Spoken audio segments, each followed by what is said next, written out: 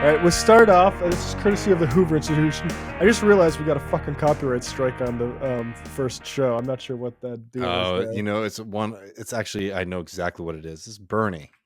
It's the Bernie shit. Bernie, you're fucking us. Yeah. It's my secret plan to get all these channels. Yeah. No, YouTube is so annoying now with Any with music. music. So like now all of these any video that has any level of sound in it is getting us hit, which is very annoying, but we'll deal with it. Well, anyways, this is a episode of Firing Line with William F. Buckley. You know, we don't have time to go into William F. Buckley too deeply right now, but establishment figurehead, intelligence connections, blue blood, sort of reactionary aristocracy. This guy totally. And I'm just gonna say this really quick because like every single time, this is like a classic comment from folks about any time we do a Buckley, or even if you just go on a YouTube video with Buckley, we're like, well, I disagree with William Buckley, but if only like political debate was like this today. And like, I just like, no, I think this like we can cite the nasty things that he said, but one of the things that I think is one of the more damning things about William Buckley is there's the very famous Baldwin Buckley debate, the Oxford debate. And I just want people to think about this for a second, that, you know, at the height of like the civil rights movement, all of these things happening in the United States, William Buckley got on a plane, flew across the Atlantic to argue against James Baldwin that America doesn't have a race problem, right? Like that's the kind of guy that this is. So I don't know. I don't have too much. Here's what you also need to know, and I'll look. This is what you need if you're one of these people who are like, God, I'm really getting nutrition here. No, what you've been is starved, and you finally getting fucking anything remotely long form, and with somebody like, you know, occasionally Chomsky or Buckley or like whoever, all the Hitchens, all these folks have been on there, but like. Mm-hmm. You actually pay attention to the arguments and the way he presents shit and the snide little irrelevancies and like games he plays. This is not actually like any sort of platonic ideal of discourse. Like he's dishonest and he's constantly. Chomsky gets pissed in this. Like, can I finish a fucking sentence? Like he doesn't say that, but like that is. Well, for Chomsky, he basically says that. Knowing what exactly. His demeanor's generally like, yeah. But like, if you think Buckley is some sort of like, no, man, you gotta raise your standards just a little bit. Like, because he's not that. Anyways, I mean, we should. This clip will speak for itself. But like, look, he'd be doing Tucker Carlson today. Like Tucker Carlson wanted to be Buckley. That's like, you know, who like in his early days, you can tell that that's like who he's trying to mime. And you know, when Carlson saw an opening to sort of do his more reactionary nativist stuff, he switched. Like watching Carlson today versus watching Carlson in the 90s. Right. You know, you could almost be like, oh, wow, political discourse was so much more intellectual then. It's like, it's the same fucking guy doing the same shit. The difference is that the openness and the ability to be more explicit about these things is unfortunately worse in the 2020s than it was even in the 90s in some ways, and not and better in others. Right. Here's this. We'll bring it up as they come back from commercial break here. And the talking about Vietnam. This is takes place. It should say the date here. April 3rd, 1969. So Vietnam's still going. Chomsky, I mentioned he might have been our age. He is 41 in this exchange. So we still got some time. So we still got a little bit of time to get up to this this level here. But here's young Noam. We will explore that. Let me slow that down. Okay. Like how that's the commercial break sound. Mr. Chomsky, we're talking there about American terror, and I think you make a very accurate observation that we are responsible for what we do, but hardly responsible for what other people do, except insofar as we are in a position to influence them. That's right. For instance, if there is a mass starvation in Biafra, even though we did not cause it, there is a sense in which we are responsible if we don't do something to attempt to alleviate. Can I just say, like, Biafra, Eastern Africa, like, that like sort of line there is basically a broad brushstrokes the humanitarian intervention line, and like the way that he's sort of matter of fact, like, oh yes, we would just intervene in that. It's like, okay, yes, I agree. Like, if people are starving, give them food, absolutely. But also maybe look at why that part of the world is experiencing famine, for instance, and like what the historical conditions of underdevelopment might have been. Like, that's also, I think, where we, like, Buckley's like omitting that in this sort of like, oh, look at me, I'm the master of the universe who's considered all. Yeah.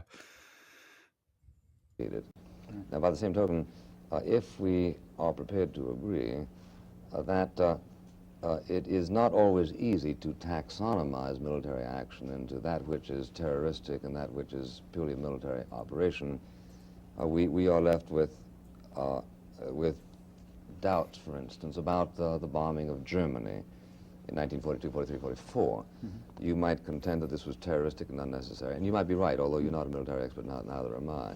But I do think there's a point to that. yeah, but I do judge that. But like, do you see that? Like, why the fuck do we give credit to Buckley for this? Like, immediately there, just saying a thing like, you might have a problem with the bombing of Dresden, which, frankly, pretty matter of fact. Like, I mean, you probably It's get brutal. some people. Yeah, you probably get some people that say, yeah, like, glad we should take credit for like setting civilians on fire.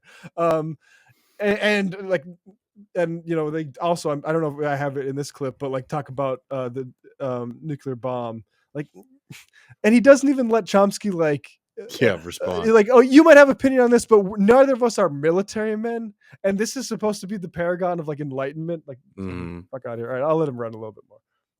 We all agree that what we did in Dresden was inexcusable.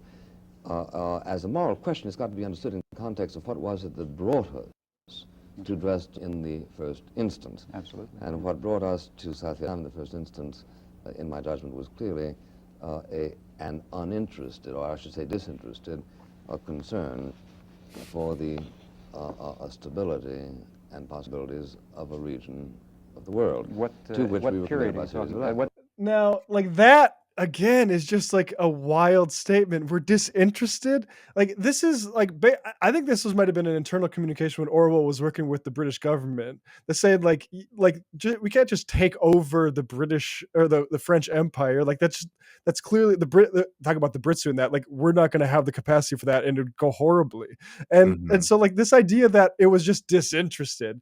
And we also see here, like, okay, the context of Dresden, well, the Holocaust, we all know that's bad. I mean, I'm not 100% sure me and Buckley agree entirely as much as I would hope. Buckley would agree with me about how bad the Nazis were. I'll leave Gore Vidal to make those aspersions. And I kind of lost my train of thought, so I'll let him go a little bit further here. But like, oh yes, what it is like we talked with Danny Bessner about this, like the use of the Holocaust basically as a like Iraq. You don't want another Hitler. Right. Like this started almost like I mean, this is 1969 when we got an instance of it. What period do you feel that we had this disinterested relationship? Let me go back a little bit. What stability and possibilities of a region of the world. What period do you feel that we had this disinterested relationship to Vietnam? Right now. No, at what period did we have it? Did it begin? Let's say 1951, for example, when the State Department bulletin points out that we must help the French reconquer their former colony, and we must eradicate all Vietnamese resistance down to its last roots in order to reestablish the French. And there is zero reason. I have to put it again. There's zero reason for William F. Buckley, if Chomsky is aware of these documents, and this is basically everyone knows, like, this is the bureaucratic discussion about this. What fucking use does William F. Buckley have? He knows people in intelligence to have a public program and obscure that reality. No, exactly. Maybe, is it the Enlightenment? I don't know. To increase my vulnerability, I wish we had helped the French. We did. We supported not them. Sufficiently. Well, but there's no point in helping somebody insufficiently. It was hardly disinterested when we attempted, as with tremendous support, in fact, to reinstate French imperialism in South Vietnam. Now, it was disinterested in this sense, and I think this is an important distinction which you do touch on in your book.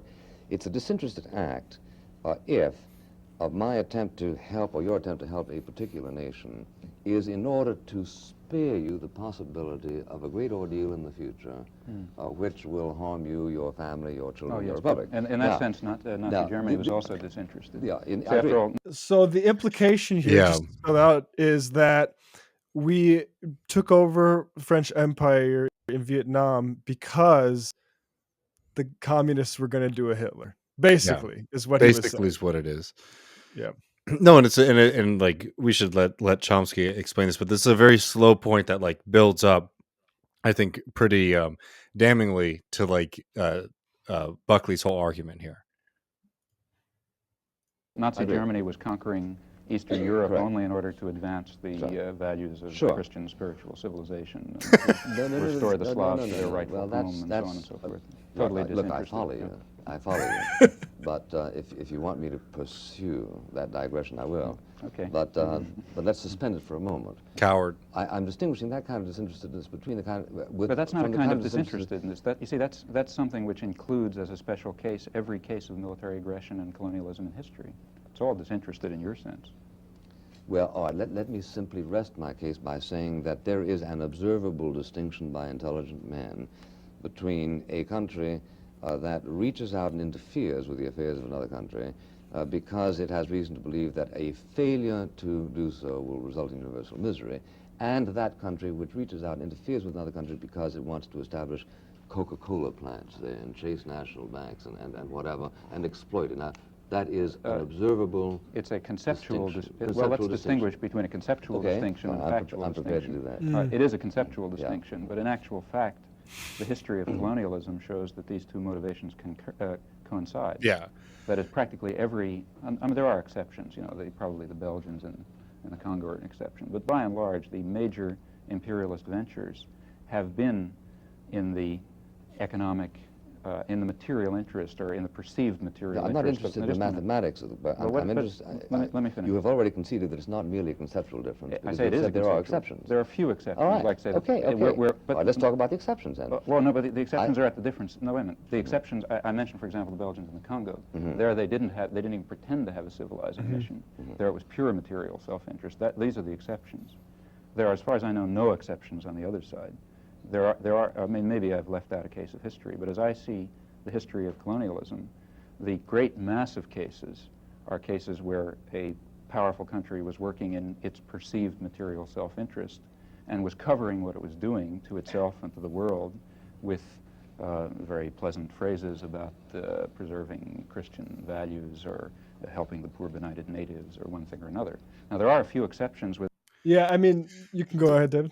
No, I mean, I was just going to say, like, this is like the fundamental like point about imperialism and colonialism, right? Is that there's the economic interest and the material reasons why a country says, and you know, the Marxist argument is that like there's the need to expand market access to export you know, goods from your country which is already saturated. You need to expand markets so that you can, you know, have economic growth in your country. And like you see this time and time again, right, throughout history, that like this is like the real motivation of the state. And then it's the ideology that comes second, right? We need to come and we need to spread democracy, or we need to, in the more older sense, more crass, blunt sense, we need to go and we need to spread civilization to these backwards people, right? Yep. And like this is a really important point for like two reasons. One, to come at the Buckleys of the world, right, who are saying like, no, didn't you hear? He said we're going to Vietnam to protect democracy and to prevent, you know, communism from taking over the world and preventing the rise of another Hitler, which is ludicrous on every sense. Right. I mean, I just want to jump in there. Like, this is 1969. We know what happened. We know that the communists won, and that didn't happen following like actually the Nazi-like behavior was the American government like torturing people, exfoliating shit with chemicals, like doing this sort of absolutely massive stuff. And it's wild because we won't get to that in this clip, but at the end there's a question and answer session, and this guy keeps trying to pin down Chomsky on like, would you be open to assassinations? And Chomsky's like, well, I wouldn't like before like killing but like let's take the Hitler example for like principally I'm not, but like, and then you broaden out a little bit of what we know America was doing this entire fucking time, which was assassinating heads of state. Like it's wild how simulated, and like to be honest, like it's not a surprise that so many people that from this era, I think like they have such a blinkered view of American empire and exceptionalism, because they literally thought like, oh, I'm gonna guard, I got to be on my guard against this Noam Chomsky, otherwise he's gonna lead to a world where political assassination might shape political futures of entire nations. Meanwhile, no, totally. And like, so like there's the point, there's like, these coincide, like the excuse coincides with like the economic reasoning. But there's also like a left version of this too, right? Where the reasoning becomes the reason. And what I mean by that, like you get this like from a lot of like post-colonial philosophy, right? That it's like the ruling class of Europe, the ruling class of America had like really nasty views of, other countries, which they did. But the reason that they go into India is to, take over and enjoy the incredible like natural resources, the workforces that were there that the British conquered and forced to produce for them, right? Like time and time again, the civilizing, the quote unquote, just so people don't get me wrong, like the civilizing mission, the spreading of the light of democracy, whatever the hell the excuses is just, again, it's just like an excuse that comes after the fact. And like the right like believes the nasty thing, and then there's been sections of the left that like believes it, like, but in an inverse way, like they believe it like that it's wrong, and they think that that's the reason why these things happen, is that this ruling class thinks they're better than anyone else. And again, to borrow from Vijay Prashad, I think it sums this up really brilliantly. It's like, show me a ruling class in the world that didn't think that they were the best, right? Yeah. that they were the most enlightened. Like that's very much a part of being in a ruling class of a country or an area, right?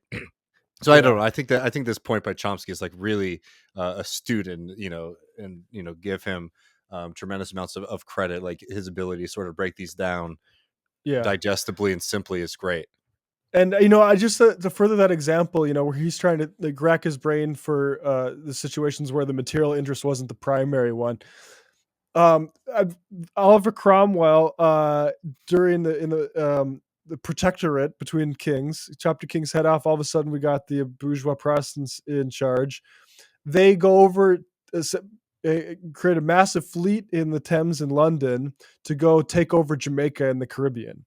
And the whole like the buzz among like the populace was, yeah, we need to liberate those islands because the Spanish are really doing some nasty colonialism over there. That was like fucking 400 years ago, right? And it was clearly like, actually they needed the profits that would come from those islands to fill the coffers of their new republic. Like Chomsky's exactly right. I'd be curious if anyone could think of an example where purely I think it feels a little bit idle though, because when you look at the things we're talking about, like in this instance the Vietnam War, would you want to, should we end it there or play a little bit more? How do you feeling?